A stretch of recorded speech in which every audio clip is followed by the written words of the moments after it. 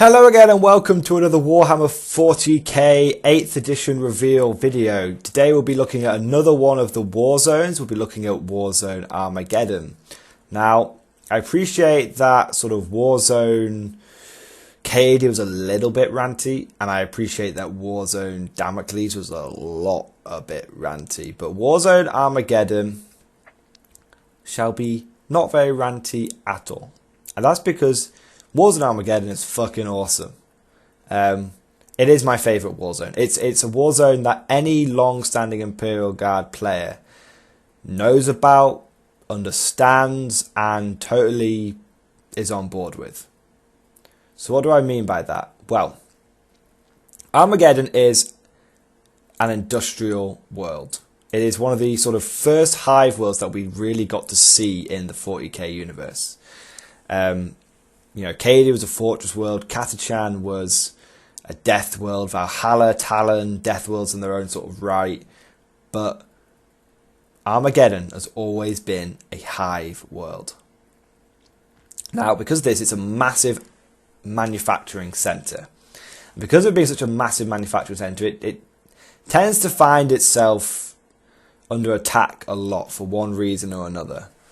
But there have been three huge wars for Armageddon.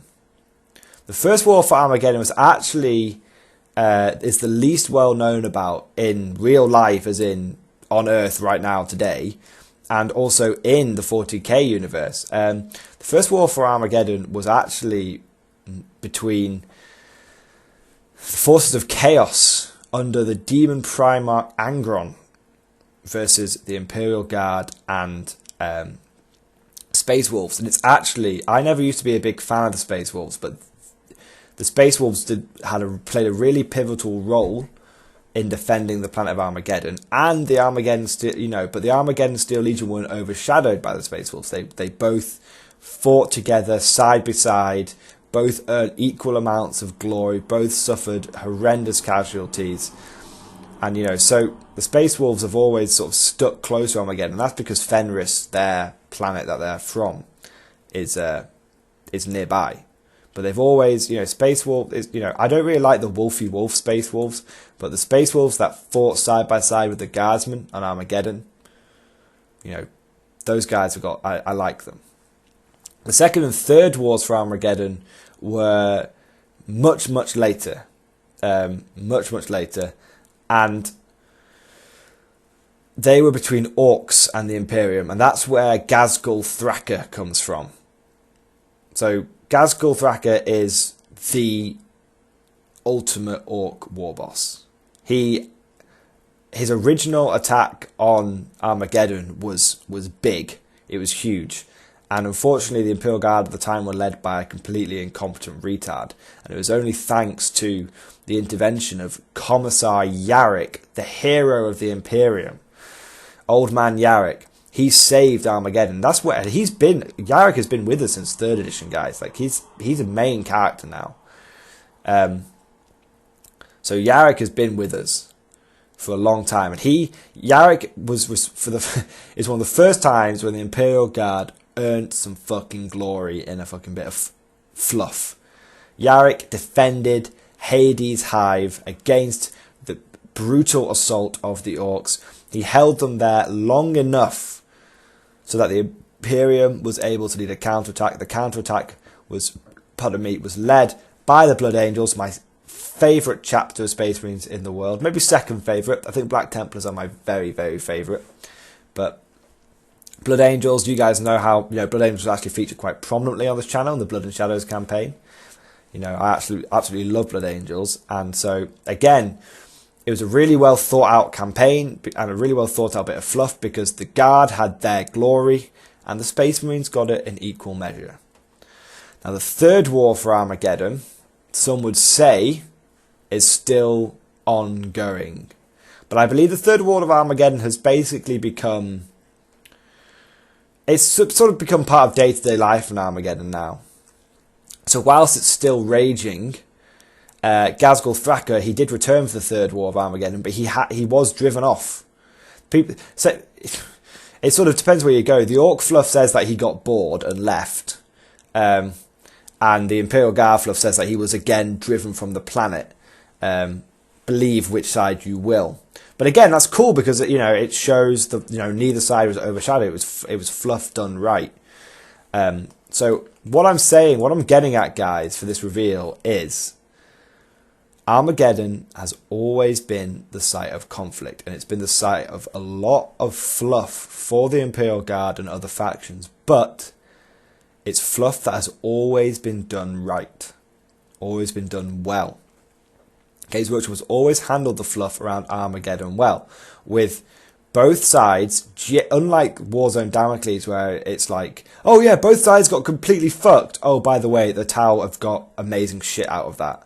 Warzone Damocles has always been a joke because Games Workshop has always favoured the Tau. And the Tau should... Anyway, I'm not getting distracted. But Warzone Armageddon has always been a genuine... Both sides are fucked from this. Now, the Imperium was able to drive off Angon in the First War, but it was only thanks to the sacrifice of nearly the entire... I believe nearly the entire Grey Knights chapter, like 100 of their best paladins with the chapter master teleported in and tried to take Angon on, and he tore them apart. But it was, it was like genuinely like that. It took the Grey Knights hundreds of years to recover from that, and it was kind of like, yeah, the demons were. Were driven from the planet, and Angon was banished. But spoiler alert, guys, massive spoiler alert, put a bucket on your head if you don't want to hear this next bit. It was not a great victory for the Imperium because a radical Inquisitor turned up and said, well, we can't have all these people knowing about chaos. And even though the Guard had won the battle, and even though Angon had been banished, everyone in Armageddon was put into sterilization camps and killed. And the Space Wolves... One of the reasons why I'll always have respect for the Space Wolves, no matter how much shit they get for like Wolfstar and Thunderwolf and Wolfie Wolf, Wolf. Space Wolves tried their damnedest to stop the Inquisition. I believe in some cases they actually did manage to stop the Inquisition, but the majority of the time, the majority of the inhabitants and the majority of the survivors were killed. So, again, fluff done right. Yeah, the demons were driven from the planet, but the planet was basically wiped clean and start again. With the orcs were driven from the planet, but Armageddon's industry, even though it was pumping out as much as it could, Armageddon's industry has been smashed. Armageddon itself will never be the same. Yarrick was more, was really badly wounded in the defense of Hades' Hive. And again, it was a victory for the Imperium, but they were genuinely like smashed. And when the orcs came back even harder, the Imperium might have driven off Ghazghkull, but they haven't physically been able to drive off the orcs. So both sides have had great victories. Both sides have had terrible losses. So what am I saying? I know it's a bit of a history lesson. What am I saying when it comes to this reveal? Well, the reveal itself contains very little information. All it says in terms of what's going to happen. But what it says is that despite the fact that the Orcs and the Imperium are fighting over Armageddon, a new faction is going to get involved. The Blood Crusade, a vast legion of Khorne demons pouring into real space, will take their chances on Armageddon. Essentially, we're going to have a three-way bloodbath now. We're going to have the forces of the Imperium versus the Orcs versus the demons, the Khornate demons. So, what does this mean for us and the Guard? Well, it means in fluff terms that the Guard will finally, hopefully, get a fucking war zone in which they actually are the focus and they get to do something. Warzone Cadia. Oh look, it's Warzone Cadia, all about Sisters of Battle, and some fucking Necrons turn up. What a joke. Warzone Damocles. Oh, it's meant to be, the Imperium crushing the Tau's face, but guess what? Tau plot armor and the Imperial Guard basically get made out to be brain dead morons. if they fuck up Armageddon, if Armageddon is another fucking shit show and the Guard get nothing, it will be real. It'll be really bad, guys. I'll fucking rage so hard. But that's the negative on the, you know. However, reasons to believe that won't happen is Games Workshop has always managed to handle the Armageddon Warzone well. They've always done a good job of representing the Armageddon Warzone. Number two, in real life terms, if Warzone KD is gone, it's dead, and Damocles is gone. You know, like the Tau. Let's admit the Tau won there. They shouldn't have done, but they did. Does it now mean that Warzone Armageddon is going to be the new focus? Now, Tau got a lot of new models in Warzone Damocles. Will the Guard finally get some new models? Are we finally looking, again, potential hints towards Plastic Steel Legion? I really hope so. If they've blown up Cadia, that means that Games Workshop might not want to be, you know, still producing Cadian models. They've got to replace those Cadian models with something for the Guard. If that's the case, Plastic Steel Legion, guys. I don't know. Maybe I'm hyping it. I am bullshitting. I have no inside sources telling me this is the case. All I can say is, if you're going to have a whole fucking Warzone focused around Armageddon, Armageddon has always been a Guard-centric Warzone. Like more, you know, even more so than Cadia. Then it's fucking time that the Guard got some, and the Guard needs some new plastics. Give us Plastic Steel Legion. Games Workshop, if you're watching this video right now, if you release Plastic Steel Legion, I, myself, personally, will go out the same day. I might even skip work to do this. Go out the same day. I'll buy 100 fucking Guardsmen. Straight up. I don't even care how much it costs. Like, it costs me like £230. I'll do it. Exaggeration, kind of, but I will literally go out and buy a fucking ton of Armageddon Steel Legion. I love Armageddon Steel Legion. I love them. I think they're awesome. So,